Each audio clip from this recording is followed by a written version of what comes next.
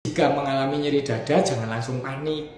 Jikalau tidak memiliki faktor risiko untuk penyakit organ yang di dalam dada, yaitu jantung atau paru, ya nggak perlu khawatir. Jadi faktor risiko untuk penyakit jantung atau kardiovaskuler itu jikalau memiliki hipertensi sedang berat, diabetes, obesitas yang berlebihan, atau perokok berat, atau juga usianya sudah tua. Itu baru mungkin berpikir apakah dari organ dalam. Sedangkan paru-paru sendiri kalau tanpa ada riwayat batuk lama atau sesak napas ya nggak perlu mikir ke arah paru.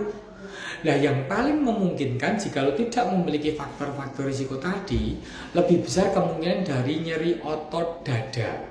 Jadi otot dada itu banyak ya, dari yang depan tuh pectoralis major, yang kalau adere atau binaragawan itu kotak. Kemudian otot interkosta yang menghubungkan antara iga dengan iga. Itu bisa terjadi radang atau tarikan karena gerakan tertentu terus menerus atau gerakan mendadak.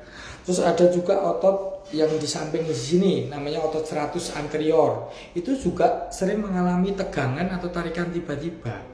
Cara membedakannya atau untuk lebih memastikan bahwa itu dari nyeri otot itu dengan menekan bagian yang sakit. Misalnya bagian yang sakit otot dada kiri.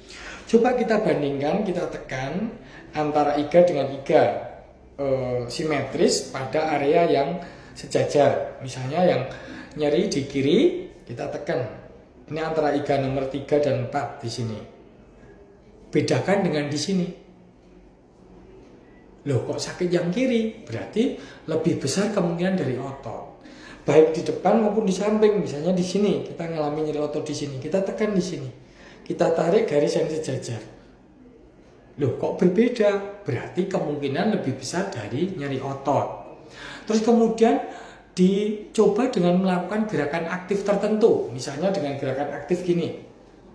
Lah, kok ini lebih sakit daripada ini? Berarti nyerinya lebih besar kemungkinan dari otot. Atau jikalau terjadi nyeri pada gerakan pasif, misalnya sedang batuk, coba batukkan diri. Loh, kok ada sakit? Berarti ini hentakan otot. Jadi ketika sudah ketemu seperti itu, langsung alihkan bahwa ini nyeri berasal dari bukan organ dalam, tetapi dari dinding. Misalnya dalam ruangan ini, organ dalamnya jantung itu meja, paru-parunya tempat tidur. Lah yang sakit itu dindingnya. Dindingnya itu mengalami ketegangan.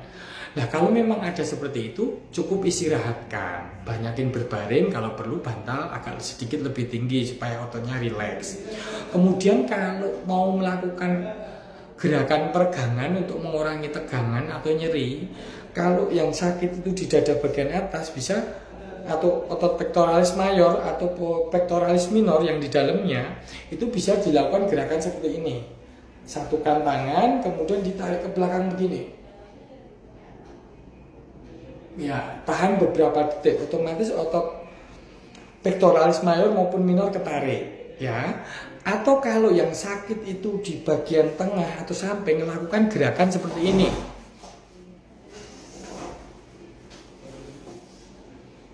Ya, otomatis otot dada bagian tengah akan ketarik ya.